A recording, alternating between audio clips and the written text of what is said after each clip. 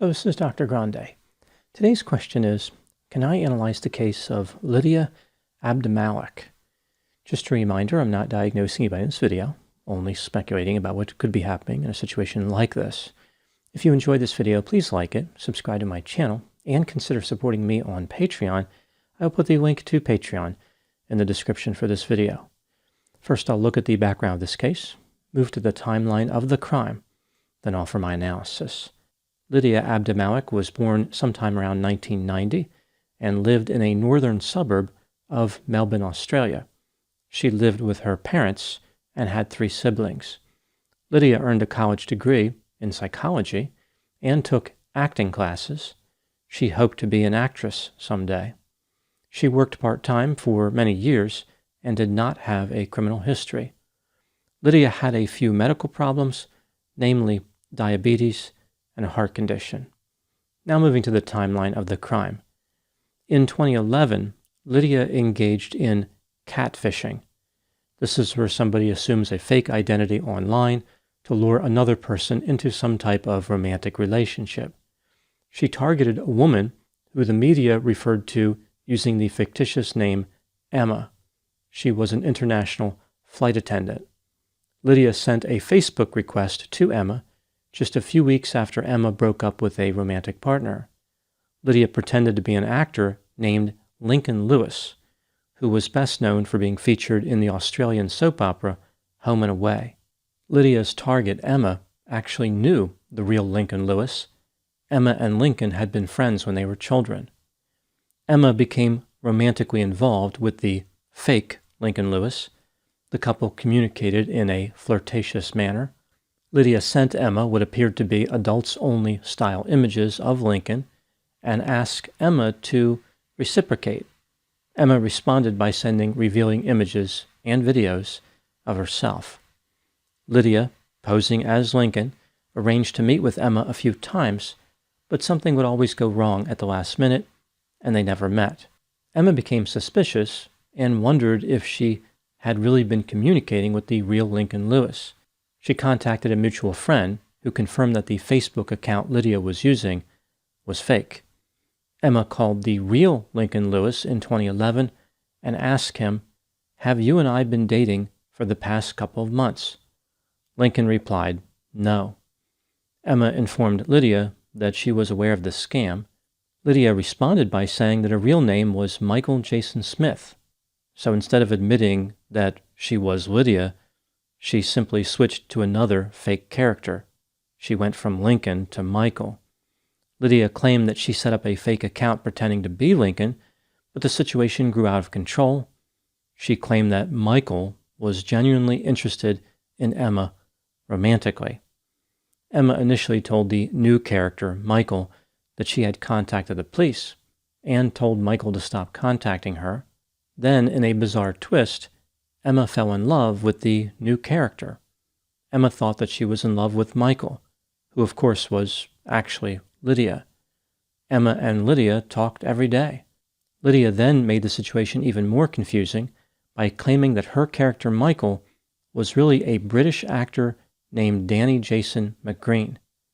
Lydia's fake character Danny had his own fake character named Michael. She claimed that she used the name Danny in Britain and the name Michael in Australia.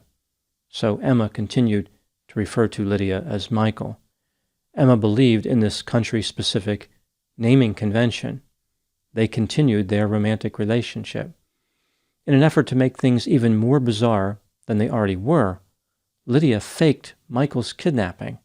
She sent photographs which appeared to show Michael tied up. Emma hired a private investigator to find her missing lover, who told her that Michael's social media accounts were not authentic.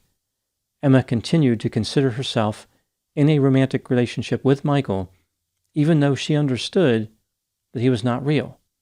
It's hard to imagine anyone setting their criteria for a romantic relationship any lower than that. In addition to pretending to be Michael, a man who loved Emma and was nice to her, Lydia created other characters who were angry and menacing.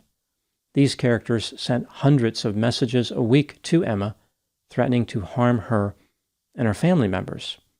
Emma was terrified, but continued to communicate with these characters. She believed that she could not cease contact with these characters, or else revealing images of her would be sent to her employer.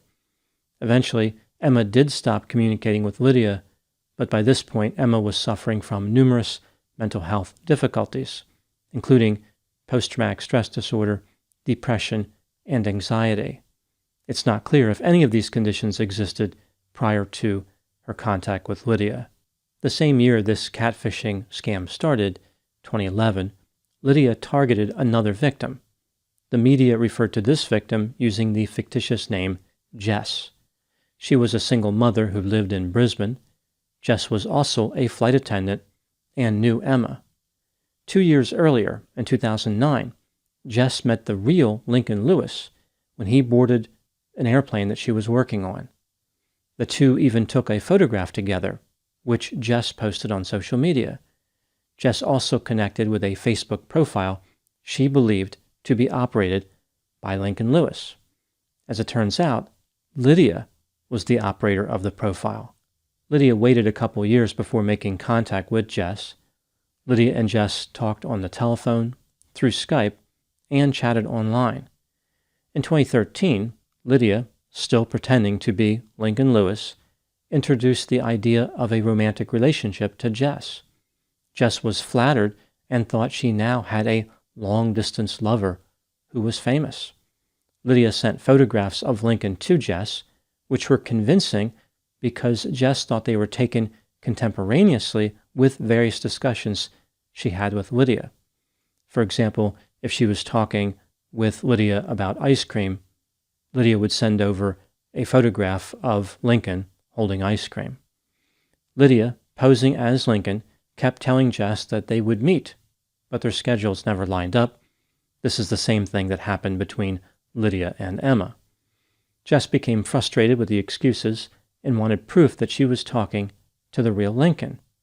Lydia responded by sending an image of Lincoln's driver's license. Jess was still not convinced. Therefore, Lydia went a step further.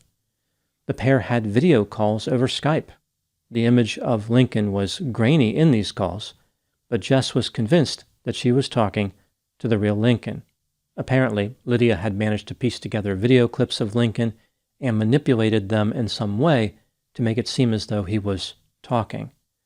Lydia told Jess not to reveal their romantic relationship to anyone because the media would make a big deal out of the fact that Jess was older than Lincoln, like it would be some type of scandal.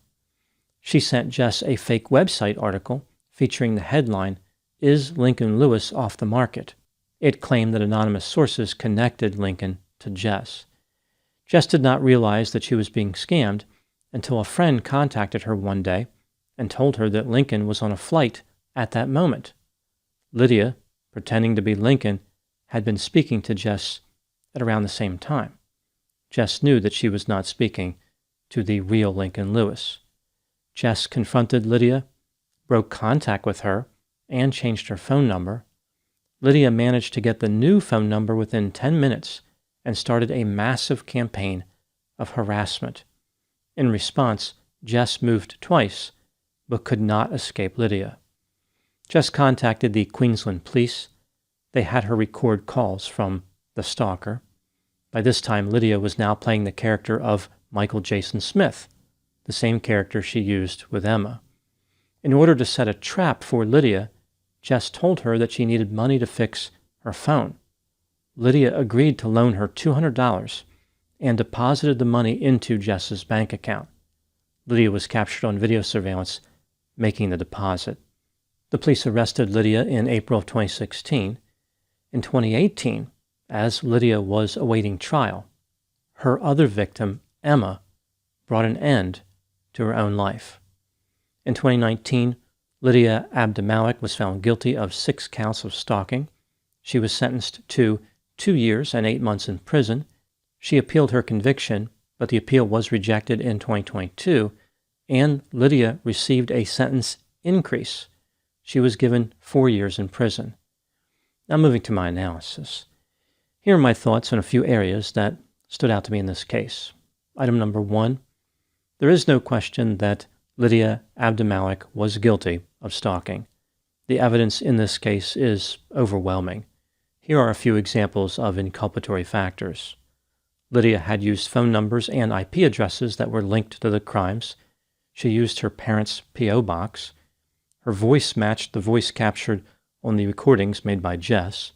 Lydia's electronic devices, like her cell phones, contained photos of the victims and the celebrities she impersonated, and all the stalking ceased after Lydia was arrested. Lydia's defense was that she was a victim too. Just like Emma and Jess, Lydia was tricked by a person claiming to be a celebrity. Item number 2, Lydia was evaluated by a mental health professional as part of the court proceedings. She was diagnosed with major depressive disorder, with anxiety, and features of trauma. Evidently, Lydia was not looking forward to prison. Lydia was not diagnosed with any mental disorder related to the offenses she committed.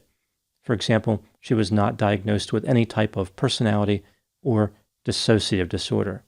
Lydia did not cooperate with the mental health evaluation, which of course limited its accuracy greatly. She told the clinician that she could not remember committing many of the crimes. Her memory loss was as convenient as it was unconvincing. Lydia refused to explain her behavior, and the clinician was unable to determine a motive for Lydia's crimes. This brings me to item number 3. The motive in this case is a real mystery. Lydia's behavior is bizarre and appears to defy rational explanation. It is extreme even when compared to other offenders who engaged in catfishing and stalking. Lydia is never going to explain what happened, and she may not even understand her own actions. Here is one conceptualization for this case. This is just a theory, my opinion. Lydia was highly invested in fantasy. She had a vivid imagination and could experience satisfaction even when engaging in relationships that were not real. Perhaps Lydia had fantasies about being in romantic relationships with women. Maybe she had fantasies about being a famous man or simply anyone other than herself. There was something about the dynamic between the fake Lincoln Lewis and her victims that was appealing to Lydia. Lydia was grandiose, lacked empathy, was self-centered, and had a sense of entitlement. She viewed herself as a star. Therefore, pretending to be Lincoln Lewis was consistent with her self-image. She catfished her victims in order to experiment with romantic relationships. It also gave her a sense of control and an opportunity to create chaos. It's unlikely that she was romantically compatible with her victims. Therefore, she was engaging in relationships that were otherwise never going to happen. She was getting an experience that she could never achieve without committing a crime. Lydia was not really looking for anything except emotional satisfaction. She was not interested in money and did not have a plan for the future.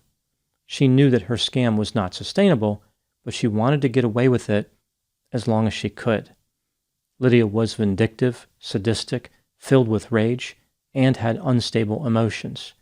These traits led to the stalking behavior. Lydia adopted various characters and harassed her victims with a ferocity that few criminals could match. She exerted a tremendous amount of effort to perpetrate her scams, like editing videos and images. Perhaps Lydia had so much rage toward her victims because she was jealous of them.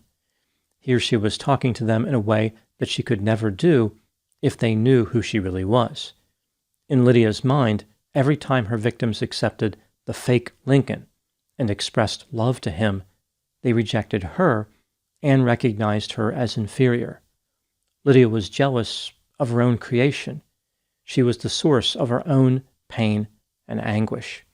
One could argue that Lydia's behavior also could have been the result of tremendous self-hatred. The pain of never being good enough was unbearable. She wanted other people to suffer along with her, to experience her misery, to pay for failing to fall in love with her real identity. Throughout her criminal activity, which lasted for years, Lydia was able to maintain a line between fantasy and reality. When she was perpetrating the scams, she was able to live in the fantasy world enough to gain satisfaction. However, she also lived in the real world. Lydia knew that she was not Lincoln Lewis. She knew that she was committing crimes. She understood the difference between right and wrong, and she took steps to avoid capture. She did not want to have to return to her ordinary life, or worse yet, make a trip to prison. When Lydia was finally caught, she refused to accept responsibility. She was ashamed by her own fantasies and denied her alternate personas. Lydia delivered the ultimate rejection to herself. She was unwilling to face her true identity. Now moving to my final thoughts.